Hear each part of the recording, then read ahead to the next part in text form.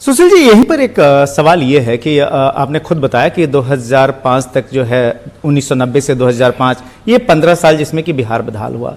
लालू को उसके बाद से लोगों ने रिजेक्ट किया। सच्चाई ये है कि पिछले कई महीनों से वो लगातार जेल में हैं, बिहार में वह आ भी नहीं पाते हैं।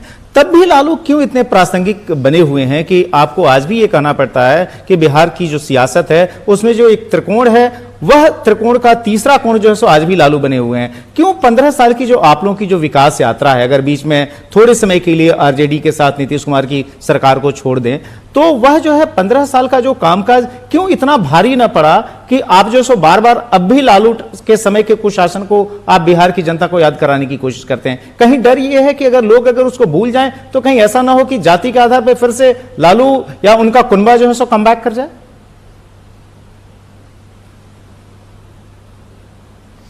देखिए, लालू प्रसाद यादव एक तो गलतफहमी लोगों के मन में उसको आप निकाल दे, खासकर मीडिया के मन में, कि लालू अगर बाहर आ जाएगा तो शेर बन जाएगा। अरे भाई, इसके पहले भी तो लालू बाहर ही थे।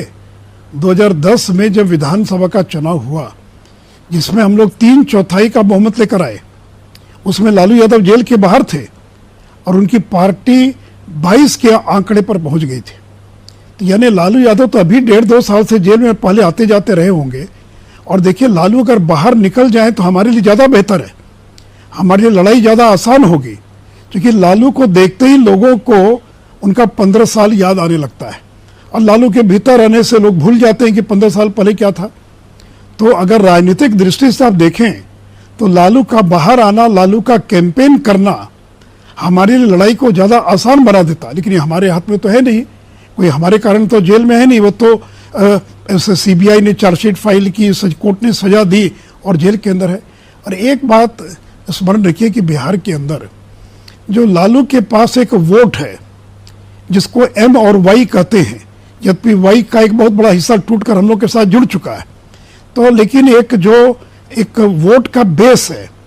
और ये क्यों लालू यादव, इसलिए लालू यादव की ताकत लालू यादव नहीं है, जो उनका जो सामाजिक बेस है वो उनकी ताकत है।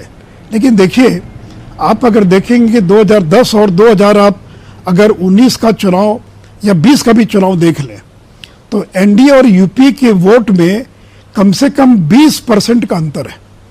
और मध्य प्रदेश, राजस्थान, छत्तीसगढ़ में तो 1-2% के वोट के अंतर पर सरकारें बन जाती, बिगड़ जाती है।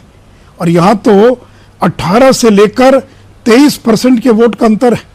अभी जो लोकसभा का चुनाव हुआ 2020 के अंदर 2019 में, उसमें एनडीए और यूपी के वोट में 23% के वोट का अंतर था।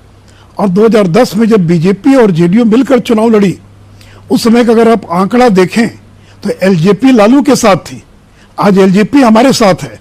अगर एलजेपी के वोटों को जोड़ लें तो लगभग 18 से 20% के वोटों का अंतर है।